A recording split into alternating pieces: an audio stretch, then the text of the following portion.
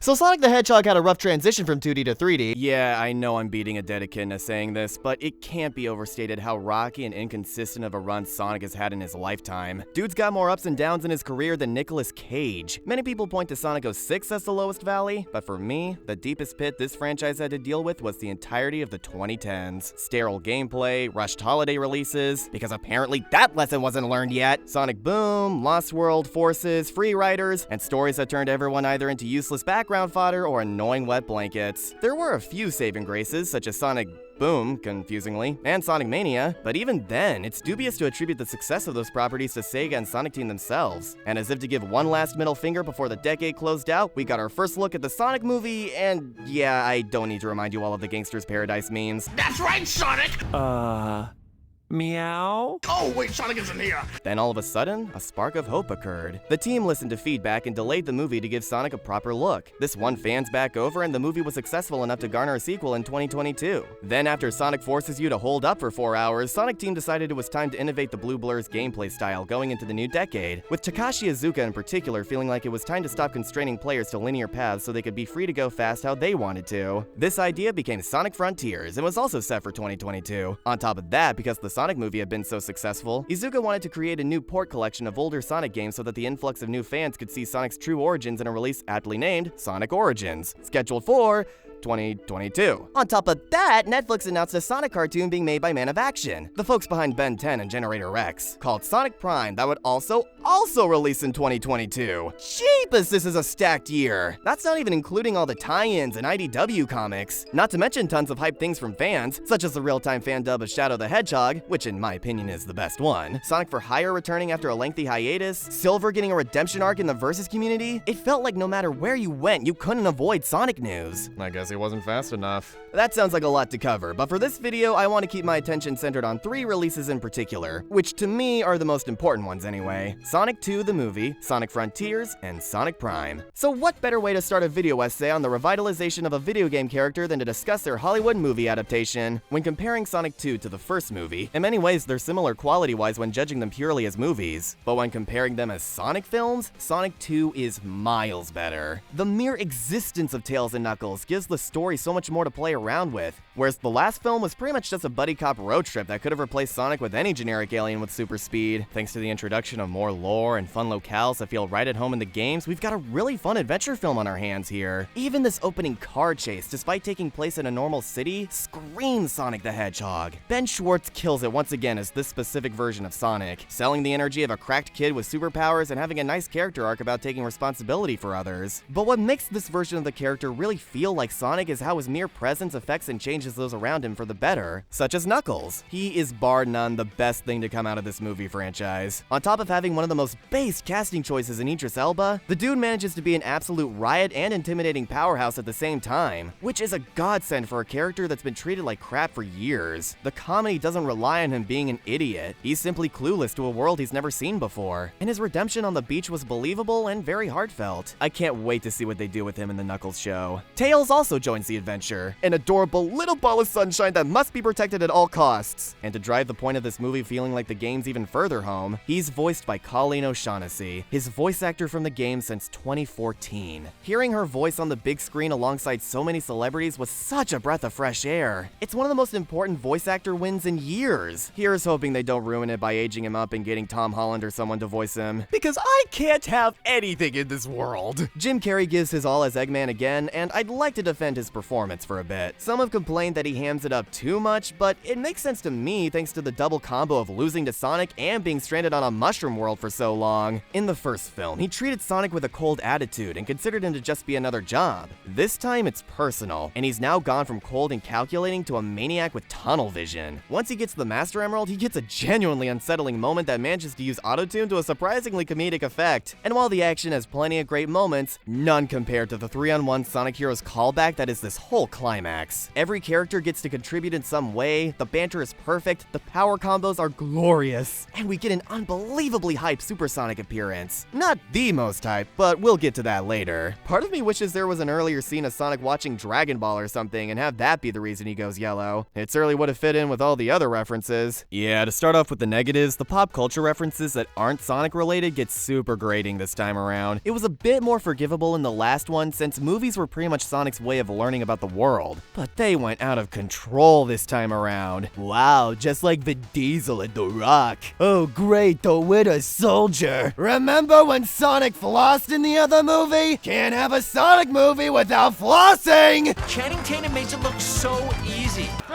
Good one. As much as I love Tails, he felt pretty underutilized in the story. He even spent a good chunk of the plot knocked out. Granted, I wasn't expecting him to get that much development as the film was mostly focused on Sonic and Knuckles for that, but his backstory felt super rushed, and it would have been nice to get more context in the world he comes from, because as far as we know, he's completely abandoned his friends and family to live with his idol. On the topic of rushed, this movie only coming out 2 years after the first one shows, with a script and world building that feels pretty undercooked. I mean, for Pete's sake, I had to read a comic just to find out who these bird people were at the beginning. The green screen effects are also kinda sloppy. I've seen rap battle videos that look better. And of course, there's the bridezilla in the room, the wedding sequence. I know it's driven into the ground, but sometimes the most overused criticisms tend to be the most true. Whether or not you find this part of the movie entertaining, it doesn't change how much it destroys the pacing. It feels like a completely different movie and might as well have had a text box saying this is your chance to go use the bathroom. Take your time. Please don't do this again, guys. The main piece of advice I'd have for the team going into the third film is to stop being so embarrassed of the Sonic elements. While the sequel is a step in the right direction, a lot of the human scenes felt shoehorned in as if it was damage control. Though admittedly, I'm in the boat that found Wade to be funny at times. I don't mind keeping the found family elements around. Heck, the baseball ending was my favorite scene. But these movies are at their best the more they embrace the franchise, and they still have a long way to go in that department. The 90-second Mario movie clip from the Game Awards has more music from its source material than both of the Sonic movies combined. That is pathetic. Despite the glaring issues, I would still consider Sonic 2 a good time, and it succeeded in getting me excited for more stories set in this universe. I have high hopes for the Knuckles show because of that. For Sonic 3, I really hope they don't relegate Tails to the sidelines, and they need to do Shadow justice. Just get Keith David to voice him and I'll be plenty satisfied. On to New Frontiers, and before anyone brings it up, yes, I will be using footage from other channels. Don't accuse me of not playing the game. I even got all the Steam achievements, like come on. I'll link the YouTube channels below, and it doesn't really matter that much because I mainly wanted to focus on the story anyway. I'm not much of a game reviewer here, but I will quickly sum up my experience. Despite some jank and overlooked design elements, controlling Sonic in 3D has never felt better. Giving us these giant Tony Hawk levels to parkour and go Hammond was genius. The cyber levels can be hit or miss, gambling, aka the greatest sin of all, got boring, and the fishing levels are way too OP, albeit a relaxing experience. But those gripes hardly matter when they're in the same game as these boss fights, which makes Supersonic hype again with music and set pieces that take a page out of Metal Gear. Despite the longer than average production period for a Sonic game, once you get further into the story, it becomes clear when development time is running out as more assets are reused and the final boss is pretty underwhelming compared to the previous ones. But it's not so bad that it ruins the overall experience for me, and I ended up leaving pretty satisfied anyway. Especially when I heard Nate Wants to Battle in the end credits music. They grow up so fast. Anyway, spoiler alert from here on out. I mentioned earlier how Sonic games and their plots were one of my biggest turnoffs looking back on the 2010s era. Even when the games were good, the writing for cutscenes was just so childish and sterilized. The kinds of scripts that belong in 70s cartoons. At best, characters would be completely useless and become glorified cheerleaders for Sonic. And at worst, they were reduced to flanderized one-note stereotypes that could be summed up in single words. Coward, meathead, assets, edgy, whatever personality they decided to give Amy that week. I mean, how are the voice actors supposed to make any of this sound natural? It's no wonder that the best performances came from Sonic Boom, a show that had writers who knew what they were doing, including one Ian Flynn, who was basically to Sonic's writing what Tyson Hesse is to Sonic's art. The guy who pretty much single-handedly saved movie Sonic's design, mind you. Ian Flynn was the chief writer for Archie Sonic from issue 160 to its cancellation, which pretty much meant cleaning up the mess Ken Penders left and would be brought on as the lead writer for Sonic's IDW comic run. These comics are so well written that they kept Sonic's storyline on life support for the most part. Iizuka took notice that Flynn was a man who could be trusted with the characters, and brought him on to write the game's script as a part of an overall effort to make the lore across across every game feel more connected. This paid off and then some. For starters, one of the common running jokes regarding the game's script is the overindulgence of references and inside jokes. What is your end goal? It varies. Sometimes it's a spinning sign, sometimes it's a big old ring. Well, let me just tell you right now, Sonic's story needed this level of on-the-nose writing. This kind of acknowledgement of the franchise's past is nothing short of validation for longtime fans, who have been trying to piece this stuff together for decades. Not to mention it makes Tangle and Styx canon, and I will never complain there. But more importantly is the way the core cast of characters was written. As opposed to previous games, they're actually given character. Amy has gone from a ditzy, overbearing stalker to someone with a kind-hearted soul and boundless compassion for others. It's because of her that Sonic goes out of his way to help the Coco, this game's discount Koroks, find a sense of peace. Knuckles is no longer a brainless meathead who shirks his Master Emerald duties. He has this new, almost deadpan sassiness to his delivery thanks to Dave B. Mitchell, who finally gets a chance to play a more grounded version of this isolated and naive warrior. And I was sold on this interpretation of Knuckles ever since that Tails Tube short. Sonic Scoop, where we talk all about Sonic. Oh.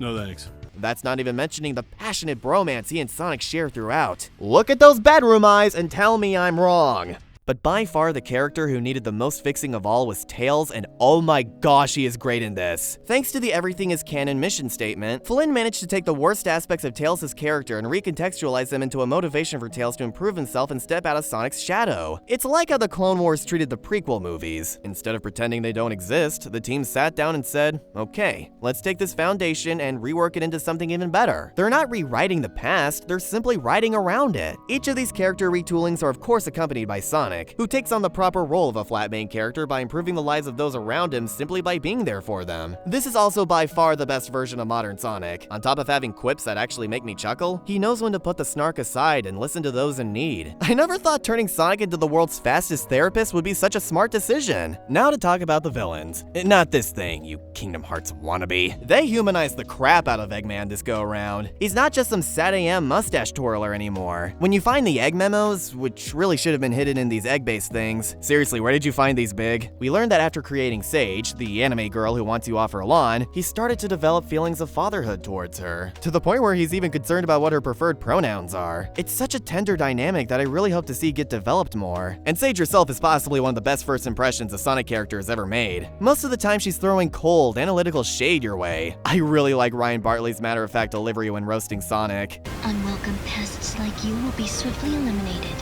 Okay, I'm trying to be civil here. It's also fairly easy to understand why she doesn't just tell Sonic what's up with the Titans outright. She ran all the simulations. Sonic's not gonna take no for an answer when his friends are in danger. Besides, she's programmed to view him as the enemy. Why would she give up top secret information to him? It's the classic logic-based mindset of a program, but her AI is advanced enough to where she can take in new data and form different conclusions. This comes from observing Sonic's actions and how he supports his friends, as well as the good doctor himself who admits to respecting Sonic despite hating him. It makes her reconsider seeing Sonic as just the enemy, and the way he treats his friends like family moves her since it's something she never thought she could have as a mere creation. This newfound sympathy is enough to get Eggman to set aside his pride and help Sonic stop the Kirby boss, leading to an utterly heart-wrenching scene where Eggman lets her go off to fight with Super Sonic. And if you've read the Egg memos, good luck holding back those tears. I understand. Go. Fulfill your function. Outside of the boss fights, the majority of the cutscenes are just the characters standing around and talking. Sounds boring, right? But with how loony and overbearing cutscenes in the last few games have been, these stripped-down interactions help bring a new layer of groundedness to the characters we've yet to see. It gives the voice actors a chance to be much more human in their deliveries. Roger Craig Smith in particular gives a deeper, almost somber tone to his performance that goes a long way, and this honestly might be Mike Pollock's best outing as Eggman yet. As a game, Frontiers is far from perfect, and like I said, it becomes pretty obvious when the team started running out of resources. The ludonarrative dissonance of Sonic being in agonizing pain during cutscenes to having the time of his life in the gameplay is hilarious. But it's still the ideal stepping stone for a new era of the Sonic franchise, both in terms of gameplay and storytelling. We're even getting free updates later on, which look like they're gonna fulfill the promises Amy, Knuckles, and Tails made by giving each of them their own solo outings. After so many years, we're finally gonna be able to play as characters other than Sonic and DeviantArt in a mainline Sonic game again. Now that's something to get excited for. For our last stop on the hype train, Sonic managed to squeeze out one last thing for us to discuss before the year closed out. Enter Sonic Prime, a cartoon made in Canada that for the longest time we knew jack all about. We got the occasional concept art tease, as well as tiny snippets of animation including a shadow introduction from Sonic Central with copious that's it vibes to it. Then one day we went from knowing nothing to practically everything, including these awesome posters as well as the premise. Sonic's actions led to the destruction of his world and the creation of the Shatterverse, different dimensions based on the broken shards of the Paradox Prism. Sonic doesn't exist in any of these alternate realities, leading him to meeting different versions of his friends in a dystopian world, an overgrown jungle, and a pirate land that takes a page out of Wind Waker with the whole flooded world idea. I'd like to go ahead and start with the negatives this time because I only have one real issue that comes very close to dampening the experience for me. That entire premise I told you guys is a really cool and banger idea for a second or third season of a show. It's not a new premise, taking a world and the characters in it we're familiar with and throwing us into a world/worlds that are alien to us, and therein lies the issue. We don't know these default versions of our cast well enough to really feel the impact of the shakeup in status quo. You could argue that the showrunners did this because they wanted to skip right to the action, which I suppose is fair, if not a little rushed. Another easy defense would be that we don't need to be introduced to these characters because it's Sonic. We know how everything works, so why waste time? Well, there's a difference between that and being forced to sit through Batman's parents dying over and over. Sonic the Hedgehog is one of the most wildly inconsistent franchises, not just in quality, but in character portrayal too. One minute he's a benevolent freedom fighter, the next he's a dead inside mood, the next he's giving internet advice, the next he's a Looney Tunes character, and the list goes on and on. We never really got a chance to get to know this version of the cast. So the idea of being shocked along with Sonic by these characters acting out of pocket doesn't work on a conceptual level. The amount of times Sonic says something to the effect of, "Oh, that's messed up," or "not the response I was expecting," are countless. So even an avid follower of the lore like myself feels completely lost to these moments. What really has me hung up on this point is that from what little we do get to see of the default cast is really enjoyable. No cap, this is the best version of Rouge we've gotten by a country mile. Even giving us just 1 or 2 episodes before the Shatterverse was created would have been enough. I want to see this version of the cast fleshed out more so I can better connect to Sonic's desire to set things back to normal. The only way they're able to do that is with these jarring flashbacks that break up the pacing and sometimes get shown 3 separate times. Can we please stop going for this Memento-style format of telling stories when it adds nothing to them? Just tell it in the order it happened, it's less confusing. You'd think I had a bad time sitting through this, but really, my only hang-up with this show lies with the premise and sometimes wonky pacing. I'm really glad they decided to make a show that, for the most part, is primarily focused on an action-adventure tone. We haven't gotten that in a while. There are some obvious budget workarounds with the use of environments. Don't think I missed you guys pulling a Dragon Ball Super with the whole "let's set our episode in the middle of the ocean so we don't have to worry about detailed backgrounds" technique, but they do practically everything with these worlds they can, with probably more to come. One of my favorite gimmicks is how Sonic's shoes give him a new power-up each time he jumps between realities that are tailor-made to benefit him in that specific world. It's not only cool and gives you something to look forward to with each jump, but it honestly sounds like a really fun game mechanic that maybe possibly could be used in a Frontier sequel? The animators on this show are cracked. A lot of squash and stretch is used to help exaggerate the movements and give even the smallest actions more energy. There's also fun little details to catch, such as how Sonic's ears flicker whenever danger is approaching. The choreography is also really well directed, particularly in the dystopia dimension when the environment gives the characters more to play off of. When Sonic fights Shadow in the default world, it's honestly kinda boring. It's the equivalent of Fox-only Final Destination no items without the insane Torian levels of choreography to make up for it. I'm sorry to anyone in the competitive Smash scene, but those matches are boring there, and they continue to be boring here. But once the set pieces get more varied, it's so much fun. I could watch this staircase sequence over and over again and never get tired of it. What kind of budget are these guys working with? Since this show was made in Canada, that meant the voice cast had to be revamped completely due to Canadian union laws. How this led to Jacksepticeye voicing someone is beyond me, but I'm not complaining. Thanks for the Sea Dogs! I've got to give it up to the casting department. Everyone sounds on point in their respective roles, which made going from Frontiers to this immediately not that jarring. Everyone captures the spirit of their characters without trying to sound too much like any past voice actors. They fit perfectly into the Sonic the Hedgehog zeitgeist. The fact that I can say that when a majority of these actors are My Little Pony alumni is nothing short of jaw-dropping. Tails might be voiced by Ashley Ball, but I don't hear Rainbow Dash or Applejack in this performance. I simply hear Tails. Same idea applies to the others. Low-key, I feel feel really bad for this Adam Narada guy. I had never heard of him before, so I was excited to hear how someone newer to the industry would stack up to all the veterans. But he only gets to voice one version of Knuckles. The rest are all voiced by Vincent Tong. What the heck is the point of that? Why not just have Tong voice all of them, or give Narada a chance? Tong already has plenty of other characters to fall back on in the show, and all the other characters share the same voice actor across versions, so why only leave out the one guy who, as far as I know, is getting his big break? Soapbox time. I want to make it clear that just because I had never heard of him, that doesn't automatically mean he's some kind of newcomer. I mean, loads of industry mainstays took years or even decades honing their craft before really landing a role that put them on the map. But still, it feels arbitrary seeing him get singled out like this. I mean, imagine how that conversation went. Hey, guess what, dude? You get to play Knuckles in a Sonic show about all the characters becoming different versions of themselves. But you only get to voice one version of your character. And you're the only voice actor we're treating this way. But don't worry, you're voicing the main version, who only has like 5 lines across 8 episodes. Voice acting! Confusing casting decisions aside, by far the best one made out of all of them was Devin Mack as Sonic himself. It is just such a great rendition. He brings just the right amount of snark without being annoying. He has emotional range to sell the somber moments. For me, this is a faultless Sonic performance and one of my personal favorites ever. We live in a world where Sonic can have 3 different voices in the same year without it feeling jarring or having anyone get up in arms. I cannot stress enough how surprising yet welcome that is. Even if the concept still irks me, the alternate versions we get to meet are a lot of fun as well. It's great seeing the voice actors stretch out their range, Ashley Ball in particular. Still would have been nice to see Narada's range. No, I'm not over that, but Tong is still great too, especially as the Council of Eggmans along with Brian Drummond. It's a very interesting direction for the character that I look forward to seeing explored a bit more, as well as Nine, who without question is the best out of these alternate versions. He's got a compelling backstory that takes the notion of what if Tails never had a role model like Sonic to look up to, even if the pixel presentation left a bit to be desired. That could just be me though, I tend to be pretty spoiled when it comes to that front. He's a complex character that primarily looks out for himself because of this, with hints of opening up to others when Sonic shows him brotherly love for the first time in his life, which keeps you on your toes since you never really know what he plans to do next without a clear alliance. I wouldn't be shocked if he becomes something of a twist villain in the end that Sonic has to help reform. I just hope they don't drop the ball.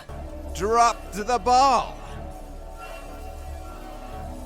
Drop the... In all seriousness, I hope they don't drop the ball with the rest of the show too. We only have 1/3 of the confirmed 24 episodes out, and there's no telling where they'll take things from here. But if Nine becomes a villain, let it be known, I called it. It's not incredible or anything, but it has the potential to be. Especially now that I've accepted my gripes with the premise, and I'm simply happy to be a part of the ride. Though, now that I think about it, nothing I've talked about in this video has been a masterpiece exactly. Frontiers is clearly taking its baby steps with the brand new gameplay loop, Sonic 2 has so much unnecessary fluff, and Sonic Prime isn't even the best Netflix cartoon based on a video game to come out in 2022. Though to be fair, the competition in that category was surprisingly fierce this year. So how much does it say about a franchise that having 3 7 out of 10 products, a poor collection with a bunch of missing content, and various cameos was enough for it to be considered a revival year for the brand? Frankly, I'm not all too bothered by it because it wasn't just the quality of these products that mattered. 2022 showed that Sonic as a brand has versatility, personality, and most of all, staying power. This is a character and world that can work in any medium, not just games.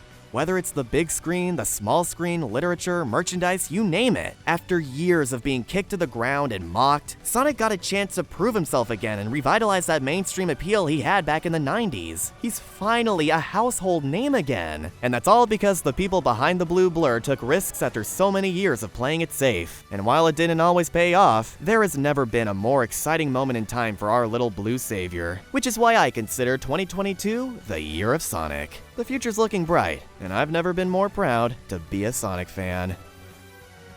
Sega, if you ruin this character for me again, I swear to—